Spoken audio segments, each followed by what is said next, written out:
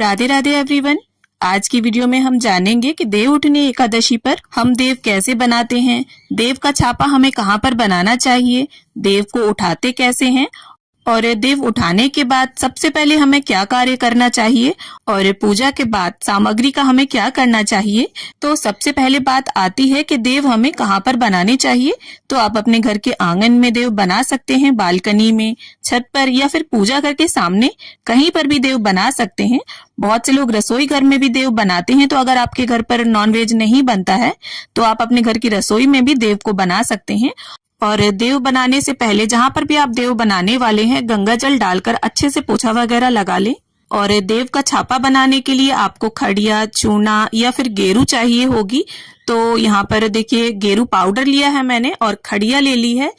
और पहले खड़िया से हम देव के घर की जो आकृति है वो बना लेंगे। इससे जब हम गेरू से देव मांडेंगे तो हमें आसानी रहेगी। तो इस तरह से आप चौक या खड़िया ले लें, उससे चौकोर आकृति बना लें। चारों तरफ लाइन लगाकर बीच में हमें दरवाजा छोड़ना है और डबल लाइन ये हमें बनानी है। और देखिए आप ऐसी जगह बनाएं जहां किसी के पैर न पड़े। और यहाँ पर देखिए मैंने खड़िया से ही हाथ बना लिए हैं, देव के पैर बना लिए हैं और वी आकार में ऊपर के साइड मुख बना लिया है। और ये जो खड़िया से आकृति हमने बनाई है इसी के ऊपर ऊपर बस अब हमें गेरू लगा लेनी है। तो देखिए पुराने समय में दीवारें कच्ची होती थी तो गाय के गोबर से लीप करके गेरू और चूने की मदद से देव बनाए जाते थे, जो देखने में भी काफी अच्छे लगते थे। तो देखिए अगर आपके घर की दीवार में टाइल्स लगे हुए हैं तो आप दीवार पर भी देव का छापा बना सकते हैं। तो इस तरह से देवों के घर को हमने बना लिया है और बीच में जैसा भी आप डिजाइन देना चाहें दे सकते हैं। मैंने यहाँ पर जिगजैग पैटर्न का डिजाइन दिया है। तो इस तरह से देखिए पहले तो हम देवों का घर बना लेते हैं, उसके बाद घर के अंदर हमें श्री हरि विष्णु भगवान बनाने के लिए क्रॉस बनाकर ऊपर नीचे से बंद कर दें, हाथ बना दें, पैर बना दें, आंखें, मुख बना दें। तो इस तरह से ये आकृति भगवान विष्णु का स्वरूप बन जाएगा।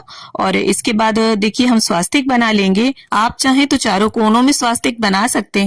और तुलसी मैया हम बनाएंगे। उसके बाद बैकुंठ के लिए हम सीढ़ी बनाएंगे। तो जो भी शुभ चिन्ह होते हैं वो सभी हम घर के अंदर बनाएंगे। और देखिए देवों का घर आपको ऐसे बनाना है कि जब आप पूजा करें तब आपका मुख या तो पूर्व दिशा की ओर हो या उत्तर दिशा की ओर। और इसके साथ ही आपके घर में जितने मेंबर्स हैं उतने आप चरण बना लें।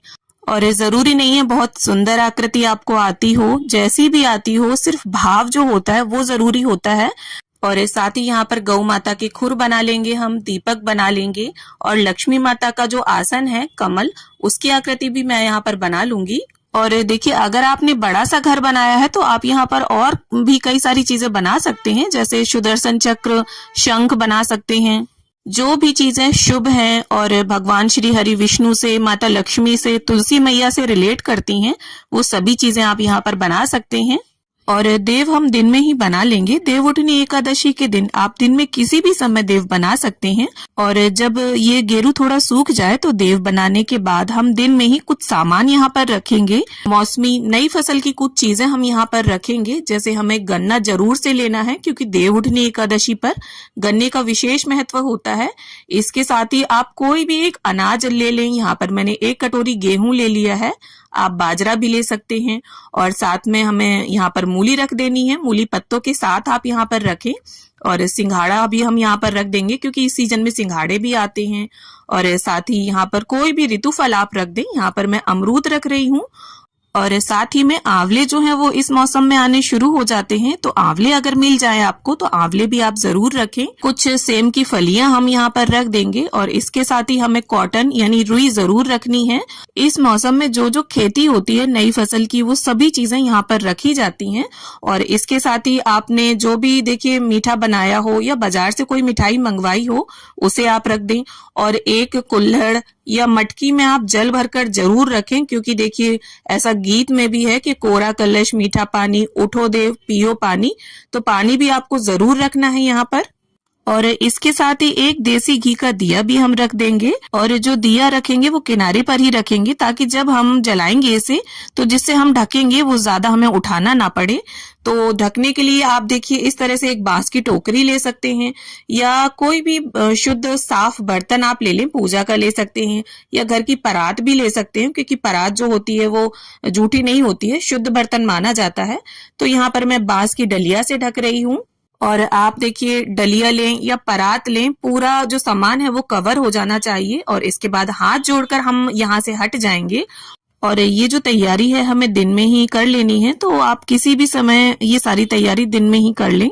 और उसके बाद जब सूर्यास्त होगा तब हमें देव उठाने हैं। तब तक देखिए बिल्कुल इसे हिलाना डुलाना नहीं है, बिल्कुल भी छेड़ना नहीं है। और जब सूर्यास्त होगा तब घर के सभी सदस्यों को और बच्चों को भी हम बुला लेंगे।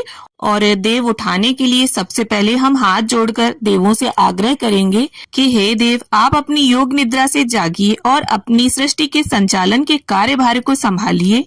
और इसके बाद हम ताली बजाकर, शंख बजाकर या घंटी बजाकर और इसके बाद थाली बजाकर देवों को उठाएंगे। तो यहाँ पर जो भी थाली आप प्रयोग करें बजाने के लिए, उसमें स्वास्तिक का शुभ चिन्ह जरूर बना लें और देव उठाने का गीत गाते हुए देवों को उठाएं। और गीत जो है वो इस प्रकार है। उठो देव, बैठो देव, पाटकली चटकाओ देव, आषाढ़ में सोए देव, कार्तिक में जागे देव, कोरा कलश मीठा पानी, उठो देव पियो पानी, हाथ पैर फटकारो देव, अंगुलियां चटकाओ देव, कुंवारों के ब्याह कराओ देव, ब्याहों के गौने कराओ देव, तुम पर फूल चढ़ाएं देव, घी का दिया जलाएं देव, आओ देव पधारो देव, तुमको हम मनाएं देव। अब इसके बाद अपने घर के पुरुषों के आपको नाम लेने हैं। चूल्हा पीछे 5 पचीटा, सासू संजय जी तुम्हारे बेटा, चूल्हा पीछे 5 पचीटा, सासू विजय जी तुम्हारे बेटा। अब आपको अपने घर की बहुओं के नाम लेने हैं। जैसे मैं यहाँ पर अपना और अपनी जेठानी का नाम ले रही हूँ, आप अपने घर की बहुओं के नाम लेना।